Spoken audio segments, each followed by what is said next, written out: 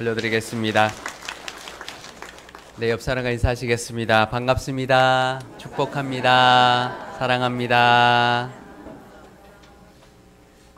네, 오늘은 대림절 세 번째 주일입니다. 기다림의 절기를 보내고 있는데요. 기다린다는 것은 양면성이 있습니다. 무언가를 기다릴 때 예를 들면 합격을 기다린다든지 사람을 기다린다든지 어떤 결과를 기다릴 때도 한편으로는 설레기도 하지만 또 한편으로는 두렵기도 한 것입니다. 또 하나는 우리는 좋고 기쁜 소식만 기다리고 싶어 합니다. 하지만 살아보면 두렵고 떨리는 기다림도 참 많습니다. 대표적인 게 바로 시험이죠. 그렇다고 두렵고 떨리는 기다림이 나쁜 것만은 아닙니다. 그런 기다림을 통해서 한층 더 성숙해지고 또 성장할 수 있기 때문입니다.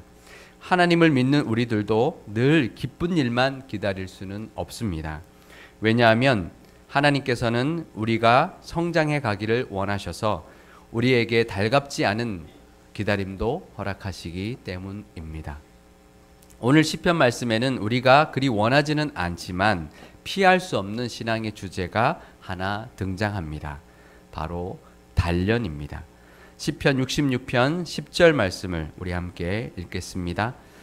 하나님이여 주께서 우리를 시험하시되 우리를 단련하시기를 은을 단련함 같이 하셨으며, 하나님께서 우리를 시험하사 우리를 은을 단련하듯이 단련하신다고 시인은 노래하고 있습니다. 단련이라는 단어를 제가 준비해 왔는데요. 두드릴 단자에 불에 달굴 연자를 씁니다. 그래서 쇠붙이를 불에 달군 후에 망치로 두들겨서 단단하게 하는 과정을 말합니다. 성경에 더 많이 나오는 단어는 연단이라는 단어죠. 연단이라는 단어도 준비해 왔는데요. 이 단련을 뒤집으면 연단이 됩니다. 그래서 연단도 단련과 같은 뜻입니다. 우리가 사용하고 있는 개역 개정 한글 번역에는 단련이라는 단어가 9번이 나오고요. 연단이라는 단어가 18번 나옵니다.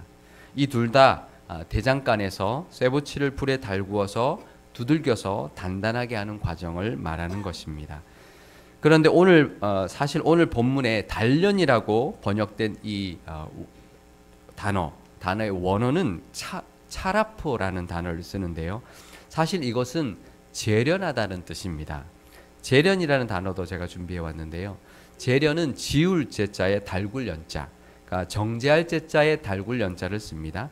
그래서 원석, 광석을 용광로에 넣어서 이제 녹여가지고 뜨거운 열로 녹여서 불순물을 제거하여서 순수한 금속을 만드는 과정입니다. 쉽게 말하면 원석을 뜨겁게 해서 금속을 정제하는 과정을 말하는 것이죠.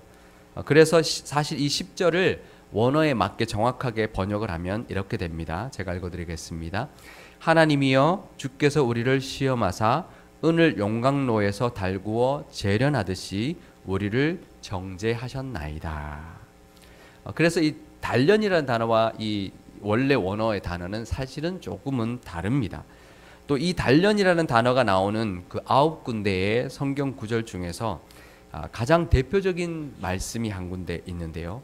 바로 욥기 23장 10절입니다. 우리 함께 욥기 23장 10절 말씀을 우리 함께 읽겠습니다. 그러나 내가 가는 길을 그가 아시나니 그가 나를 단련하신 후에는 내가 순금같이 되어 나오리라. 아멘. 그런데 이때 단련이라고 번역된 이 단어의 원어는 바한이라는 단어를 쓰고 있습니다. 바한은 시험하다, 검사하다라는 뜻을 가지고 있습니다. 그러니 이 말씀도 원어에 맞게 번역을 한다면 이렇게 됩니다. 제가 읽겠습니다. 그가 나를 시험하신 후에는 내가 순금같이 되어 나오리라 라고 번역해야 더 원어에 가까운 번역입니다. 물론 이 시험이라는 것도 정제하기 위한 시험입니다. 그래서 이 두 단어 차라프라는 단어와 바한이라는 단어를 스가랴 13장 9절에 보면 같은 목적으로 사용하고 있음을 볼 수 있습니다. 스가랴서 13장 9절 말씀을 제가 읽어드리겠습니다. 내가 그 3분의 1을 불 가운데 던져 은같이 연단하며 금같이 시험할 것이라. 그들이 내 이름을 부르리니 내가 들을 것이며 나는 말하기를 이는 내 백성이라 할 것이요 그들은 말하기를 여호와는 내 하나님이시라 하리라.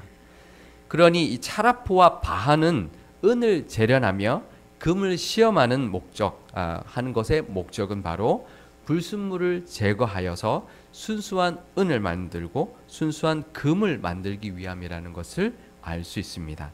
이런 은과 금을 시험하고 재련하는 것과 같은 과정을 통해서 이스라엘 백성들을 하나님의 이름을 다시 부르는 백성으로 만들게 하고, 그러면 하나님은 다시 그들을 하나님의 백성을 삼아 주시고 또 하나님은 이스라엘의 하나님이 되어 주신다고 말씀하고 있습니다. 이 말씀처럼 영적인 불순물을 제거하고 나면 우리는 하나님을 더욱 찾게 될 것이고 우리는 더 많은 하나님의 돌보심을 받게 될 것입니다.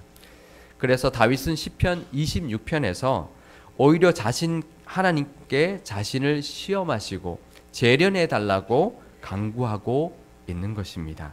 시편 26편 2절 말씀을 우리 함께 읽어보겠습니다. 여호와여 나를 살피시고 시험하사 내 뜻과 내 양심을 단련하소서. 다윗은 참 대단합니다. 다윗이 대단한 것은요, 누구나 싫어하는 이 단련하는 것을 하나님께 오히려 자신을 반해 주셔서 시험해 주셔서 또 자신의 뜻과 마음까지도 차라포해 달라고 정죄해 달라고 강구하고 있는 것입니다. 그런 하나님 모습까지도 다윗은 기대하고 있다고 고백하고 있는 것입니다. 우리에게 닥치는 시험과 고난도 우리 믿음의 유익함을 믿고 고백하셔서 다윗처럼 오히려 기대하는 신앙의 경지까지 다다를 수 있기를 바랍니다. 아멘 나오기가 어려우시죠? 네. 그래도 믿음으로 아멘 하실 수 있기를 바랍니다. 그런데 한글 성경에서 왜 굳이 시험과 재련이라는 뜻의 원어들을 단련과 연단이라는 단어로 번역을 했을까요? 이건 제 개인적인 생각입니다. 학자들한테 물어보지도 않았고요. 어느 책에 나오는 것도 아닙니다. 제 개인적으로 생각해 봤을 때 이래서 그랬을 것 같았습니다. 우리 한국 성도들은 이스라엘 백성들보다 더 깊은 단계의 믿음까지 나아가기를 원하시는 성령의 인도하심이 번역 과정에 있지 않았을까라는 생각을 해보았습니다. 어떤 금속이 쓰임을 받으려면 먼저 재련을 통해서 순수해지고 난 다음에 틀에 부어서 어떤 형태로 만들어지고요. 불에 달구어서 망치로 두들기는 그런 단련이 필요합니다. 그래서 한글 번역은 모두 재련이나 정제보다는 연단이나 단련으로 번역하고 있는 것 같습니다. 믿음의 순도도 높아질 뿐만 아니라 하나님이 원하시는 모양으로 빚어져서 더욱 단단해져 하나님께 쓰임받는 저와 여러분 되실 수 있기를 축복합니다. 오늘 본문 말씀에는 하나님께서 우리를 단련시키는 방법 3가지가 소개되고 있습니다. 그 첫 번째는 우리를 끌어 그물에 걸리게 하시는 것입니다.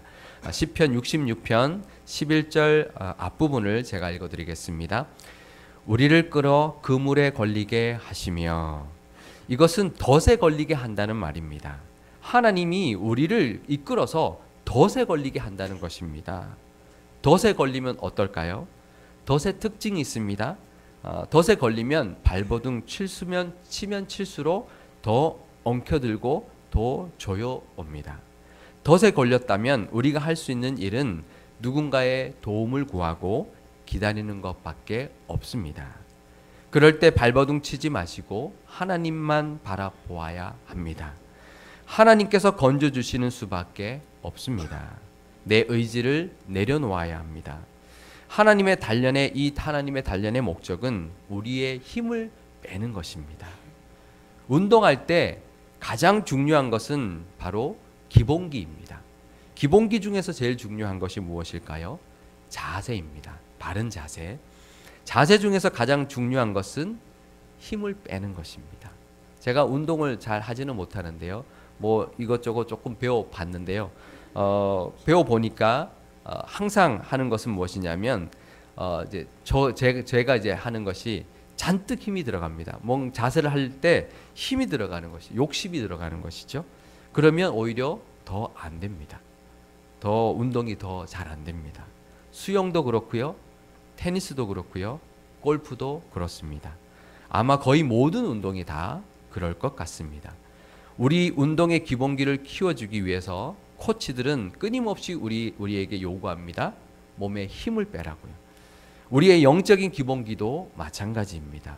우리 의지의 힘을 빼야 합니다. 하나님께 맡기는 것, 하나님만 바라보는 것이 매우 중요합니다. 특히 어떤 일이 닥쳐올 때, 어려운 문제가 내 앞에 놓여 있을 때, 그럴 때일수록 우리는 힘을 빼야 합니다. 하나님은 우리의 힘을 빼게 하시기 위해서 우리가 꼼짝도 하지 못하는 덫에 걸리게 하신다는 것을 기억하시고, 그럴 때 하나님만 바라보시고 하나님만 의지하고 부르짖을 수 있기를 바랍니다. 두 번째 단련법은 어려운 짐을 우리 허리에 메어 주신다는 것입니다. 시편 66편 11절 뒷부분을 제가 읽어드리겠습니다. 어려운 짐을 우리 허리에 메어 두셨으며. 허리에 짐을 메어 두면 걸어 다니기가 매우 힘듭니다. 왜 하나님은 우리를 이렇게 힘들게 하시는 걸까요? 그것은 우리의 믿음의 근력을 키워주시기 위해서입니다. 운동선수들이 가끔 훈련하는 장면이 TV에 나오는데요. 보면 허리에 줄을 매고 뒤에 뭔가 무거운 것들, 타이어나 뭐 이런 것들을 달고 달리는 훈련하는 것을 볼 수가 있습니다. 왜 그럴까요? 근력을 키우기 위한 것입니다. 늘 허리에 타이어같이 무거운 것을 달리고 메고 달리는 훈련을 하다가 실제 경기에서 아무것도 없이 그냥 맨몸으로 달리면 얼마나 날아다니겠습니까? 아마 운동 경기 하는 내내 아마 그냥 그 근력이 있어서 충분히 달리고도 지치지 않을 것입니다. 예레미야서 12장 5절 말씀을 우리 함께 읽어보겠습니다. 만일 내가 보행자와 함께 달려도 피곤하면 어찌 능히 말과 경주하겠느냐. 내가 편안한 땅에서는 무사하려니와 요단 강물이 넘칠 때에는 어찌 하겠느냐. 하나님은 우리가 보행자와 함께 달려도 피곤한 사람이 되기를 원하지 않습니다. 말과 능히 경주하는 사람이 되기를 원하십니다. 왜냐하면 편안할 때는 모르지만요, 요단 강물이 넘치는 때 같이 어려움이 닥칠 때는 얼마든지 무너질 수 있는 믿음이 되기 때문입니다. 하나님은 믿음의 근력을 키워주셔서 어떠한 상황에서도 이겨내는 믿음을 가지게 하기 위해서 이런 단련을 우리에게 주신다는 것을 기억할 수 있기를 바랍니다. 힘들더라도 금메달 따기 위해서 허리에 무거운 짐을 메고 열심히 땀 흘리며 달리는 운동선수들처럼 이 두 번째 믿음의 단련도 잘 감당하셔서 하나님이 주시는 금메달 같은 상급을 다 받는 기쁨을 누리시기를 축복합니다. 세 번째 단련은 사람을 통한 단련입니다. 시편 66편 12절 앞부분을 제가 읽어드리겠습니다. 사람들이 우리 머리를 타고 가게 하셨나이다. 사람들이 우리 머리를 밟고 다니는 것은, 그런 상황은 참 힘들고 억울하고 분합니다. 그런데 그때 나를 힘들게 하는 그 사람만 보면 안 됩니다. 그 사람은 도구일 뿐입니다. 그 사람은 아마 그 사람의 행위대로 하나님께서 갚아 주실 것입니다. 그 사람의 그런 행위를 허락하신 하나님의 뜻이 있음을 기억하시고 그런 사람까지도 믿음으로 이겨낼 수 있어야 합니다. 그러고 나면 웬만한 사람들은 다 힘들지 않고 이겨낼 수 있게 될 것입니다. 운동선수들의 실력을 높여주는 기회가 되는 것 중에 또 하나가 더 있는데요. 그것은 바로 라이벌입니다. 라이벌이 있다는 것은 참으로 성가시고 거슬리는 일입니다. 그냥 혼자서 아무도 경쟁자가 없이 혼자서 독주하는 그런 때가 있다면 그 선수는 항상 우승을 하겠죠. 하지만 라이벌이 있으면 때로는 그 사람 때문에, 그 라이벌 때문에 자존심이 상하기도 하고요. 좌절감을 맛보기도 하고 불안감과 미움과 시기를 갖는 그런 자신이 싫을 때도 있습니다. 하지만 결과적으로 보면 그 라이벌의 존재는 늘 우리에게 긴장을 늦출 수 없게 만들어 주어서 운동선수의 실력을 향상시켜 줍니다. 하나님은 이처럼 우리를 단련시키시기 위하여 때로는 사람을 사용하십니다. 그 사람들을 하나하나 이겨내고 나면 웬만한 사람은 더 이상 힘들어하지 않고 품을 수 있게 하기 위함입니다. 하나님은 더 많은 사람을 품을 수 있는 넓은 가슴을 가지게 하기 위해서 사람을 통하여 우리를 단련시키신다는 것을 꼭 기억할 수 있기를 바랍니다. 이 모든 단련을 통하여 하나님은 우리를 풍부한 곳으로 인도하기를 원하신다. 시편은 노래하고 있습니다. 시편 66편 12절 뒷부분을 제가 읽어드리겠습니다. 우리가 불과 물을 통과하였더니 주께서 우리를 끌어내사 풍부한 곳에 들이셨나이다. 우리가 불과 물을 통과하였더니 우리를 풍부한 곳으로 인도하셨다고 노래하고 있습니다. 불과 물을 통과한다는 것은 또 무엇일까요? 이것은 금속을 담금질하는 과정을 말합니다. 불순물을 제거하는 재련의 과정과 불에 달궈서 망치로 두들기는 단련의 과정을 거친 금속을 다시 불에 달구어서 물에 담그는 담금질을 하게 되면 그 금속은 더욱더 강해지게 됩니다. 우리도 이처럼 불과 물까지 다 통과하는 그런 금속 가공 공정을 다 거친 금속 같은 사람이 된다면 우리에게도 풍부한 곳으로 인도하는 하나님의 은혜가 반드시 있을 것입니다. 왜 그럴까요? 그것은 우리가 이미 쓰임받기 위해서 다 준비가 되어 있는 사람이기 때문입니다. 우리를 사용하시기 위하여, 우리를 풍성한 곳으로 인도하시기 위하여 그 모든 단련의 과정을 허락하신다는 것을 꼭 기억하실 수 있기를 바랍니다. 그 모든 하나님의 뜻을 깨닫는다면 그 단련의 기간 동안에 우리는 이 시편의 기자처럼 하나님을 찬양하고 높여 드릴 수 있게 될 것입니다. 시편 66편 17절 말씀을 우리 함께 읽겠습니다. 내가 나의 입으로 그에게 부르짖으며 나의 혀로 높이 찬송하였도다. 아멘. 그럴 때 하나님께서는 그 기간 동안 우리가 드린 간절한 기도를 다 들으시고 응답해 주실 것입니다. 시편 66편 19절에서 20절 말씀도 우리 함께 읽겠습니다. 그러나 하나님이 실로 들으셨으며 내 기도 소리에 귀를 기울이셨도다. 하나님을 찬송하리로다. 그가 내 기도를 물리치지 아니하시고 그의 인자하심을 내게서 거두지도 아니하셨도다. 아멘. 이 대림절 기간에 하나님의 단련하심까지도 기다리고 기대하실 수 있는 믿음의 단계까지 가실 수 있기를 바랍니다. 예수님은 십자가의 고난을 통하여 하나님께 영광을 돌리셨고 하나님께서는 그런 예수님을 높이시고 영화롭게 하셨습니다. 빌립보서 2장 9절에서 11절 말씀을 제가 읽어드리겠습니다. 이러므로 하나님이 그를 지극히 높여 모든 이름 위에 뛰어난 이름을 주사 하늘에 있는 자들과 땅에 있는 자들과 땅 아래에 있는 자들로 모든 무릎을 예수의 이름에 꿇게 하시고 모든 입으로 예수 그리스도를 주라 시인하여 하나님 아버지께 영광을 돌리게 하셨느니라. 아멘. 우리에게도 하나님께서 허락하시는 단련을 기대하며 힘들더라도 기꺼이 감당해 내심으로 하나님께 영광 돌리고 하나님께서 주시는 풍부함과 높이심의 은혜를 다 누리는 우리 상일교회